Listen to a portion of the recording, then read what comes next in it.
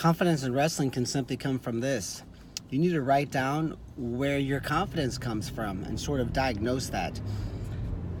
When I was at Oklahoma State years ago and John Smith was still training, I was one of his main workout partners and was fortunate enough to get to train with John,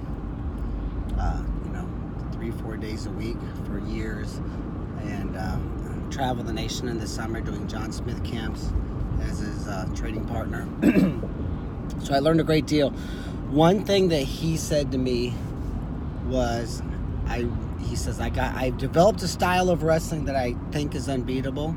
Not everybody can do it, so I think that sets me apart. Not everybody has my flexibility and speed. And he said, I think that since I have perfected this style of wrestling, that also doesn't allow my opponents to wrestle because he wouldn't let them touch them. I mean, it was a style of wrestling. He goes, I have perfected this unique style. And since my opponents are pretty much on defense the whole time, he says, I honestly do not think that I should lose a wrestling match if I wrestle the way I'm capable of. And so he was at ease and was able to win matches. That's where his confidence came from.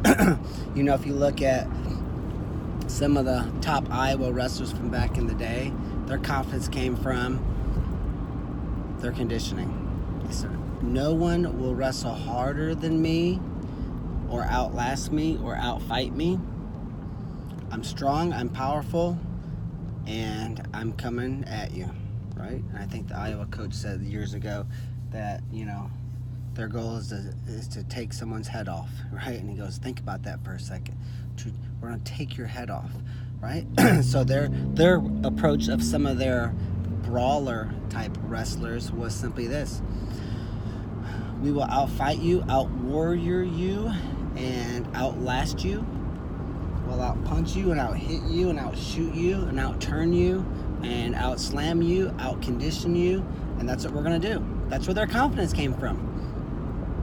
I think maybe our confidence as a team and, for our Purler Wrestling Academy kids, which there's hundreds here in Missouri and Southern Illinois, is to say our confidence comes from this.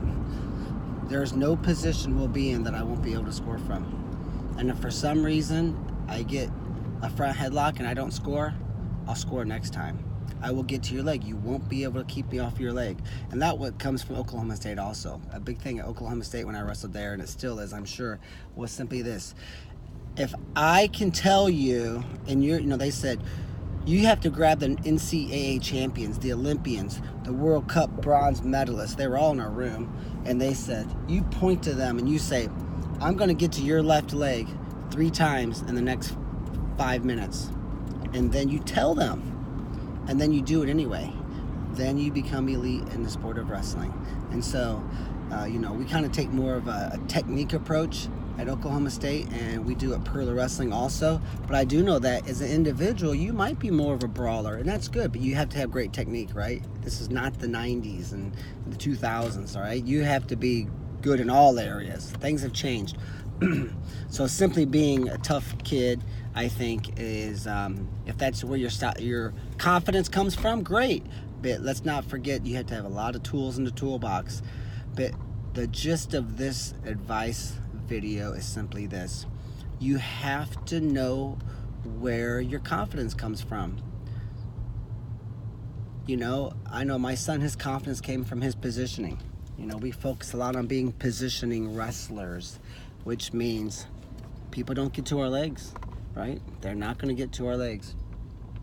I know an Olympian who would tell his workout partners, I'll give you $100 if you touch my leg. You have 5 minutes. And all they had to do was touch it with a fingernail, and they couldn't do it. And so positioning is so important, right? So positioning, technique, maybe you have a unique style. Maybe you're a type of an athlete that has some certain athleticism traits. I knew a guy who was an Olympian also, and he had a t-shirt that said, too big, too strong.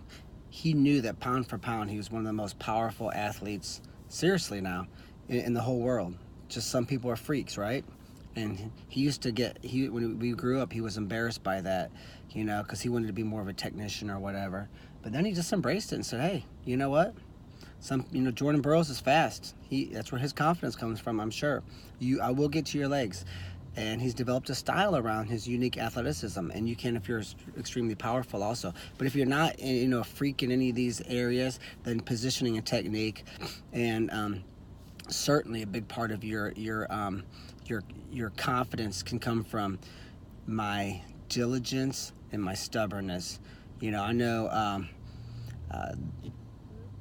a guy, he was a 2-time NCAA champion. He said, you will not be more competitive than me on the wrestling mat. That's my commitment. His confidence came from that. And he was an NCAA champion, 2-time finalist. He's now a Division I coach at a top 10 program in America. And I used to coach him a little bit when I was out of college, and he was just fresh out of high school. And at OU, when I coached there for just a short stint. And he said, I will be the most competitive human being in every single wrestling match. That's what will happen. That will happen. He was committed, and he got that from his grandma. That was the advice she gave him. When he was a kid, he ended up being a 4-time high school state champ, Pee-wee wrestling, like 7-time Tulsa champ. So that's where his confidence came from. So whether it's positioning, your athleticism, a unique trait, or maybe a style that you've developed, or you're like everybody else and it's got to be technique and positioning and maybe the competitive side, or maybe it's a combination of all three. You work all areas, but there should be something that stands out. And if you find something to have confidence in and to build your whole wrestling career, live by the sword, die by the sword, right? You don't look for a different sword. You just sharpen the one you have, and that's the key. So there's some advice for developing confidence. And if you don't have confidence, you maybe need to do a little self-evaluation and spend a few hours working in those areas, and your confidence can soar. That I can guarantee you.